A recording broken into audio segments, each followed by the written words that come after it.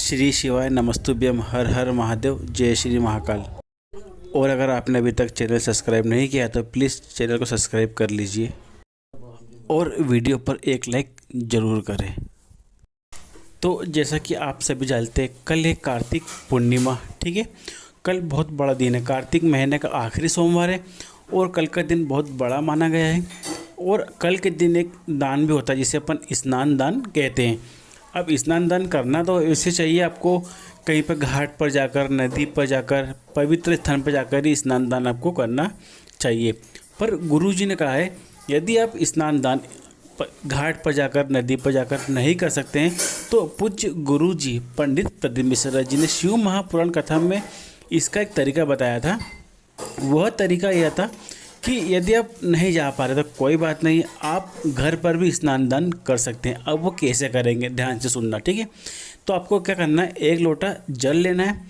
ठीक है, एक लोटे जल के अंदर आपको डाल लेना है, या तो आप तुलसी की माला डाल सकते हैं या तुलसी भी डाल सकते हैं, या फिर आपको दोनों चीज़ें नहीं मिल पा रही है तो आप डाल सकते हैं मंजीरी तुलसी भी डाल सकते हैं। वह भी नहीं मिल रही है तो आपको तुलसी की पत्ती तो मिल ही जाएगी, या फिर तुलसी की डंडी भी उसमें डाल के डुबो के निकाल लीजिए। फिर इसके बाद आप जब नहाते हैं तो आप जिस बाल्टी से नहाते हैं उस बाल्टी में उस जल को आपको डाल देना है। ठीक है, तो गुरुजी ने बताया था कि यदि आप इस प्रकार भी स्नान करते हैं ना तो वह भी स्नान दानी कहलाता है, और इसका जो फल प्राप्त होता है वह फल आपको इतना ही मिलता है, इसका लाभ आपको उतना ही मिलता है जितना आप पवित्र स्थान पर, नदी पर जाकर आप जब नहाते हैं ना तो उतना ही फल आपको इसका भी प्राप्त होगा। यह भी एक स्नान दान के बराबर ही होता है।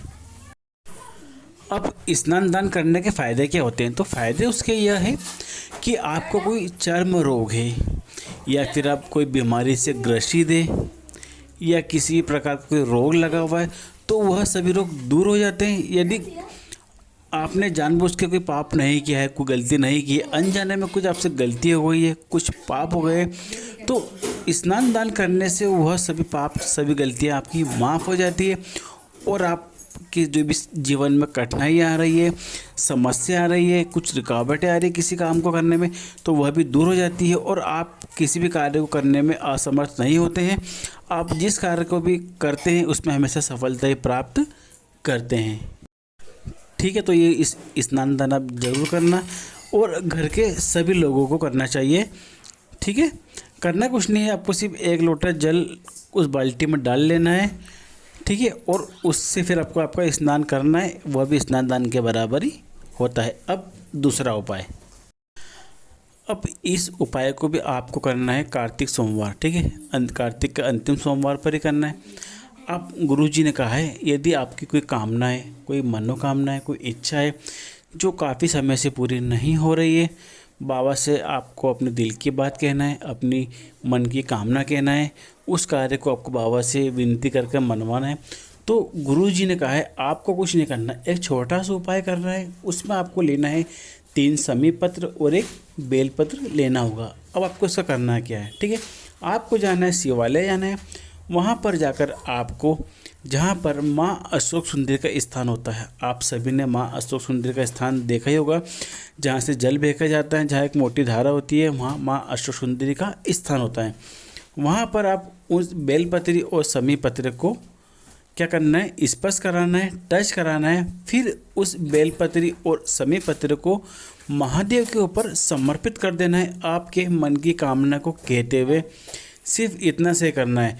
गुरुजी ने कहा है ना, आपका कोई सा भी कार्य कितने भी समय से अटक रहा होगा, रुक रहा होगा, कार्य को करने में अड़चने आ रही होगी, अटकले आ रही होगी ना, वह भी पूरी होकर ही रहेगी और आपका कार्य को करने से कोई नहीं रोक पाएगा। गुरुजी ने स्पष्ट कहा था इस बात को। ठीक है, तो एक छोटा सा उपाय, इस उपाय को आप जरूर कर लेना। ठीक है, अब इस उपाय को करने का कोई समय नहीं है, कोई टाइम नहीं है, आप सुबह से लेकर शाम तक में कभी भी इस उपाय को कर लेना।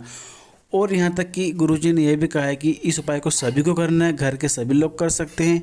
ठीक है, तो कल कार्तिक सोमवार का अंतिम सोमवार है, इन दोनों उपायों को आप कर लेना। ठीक है।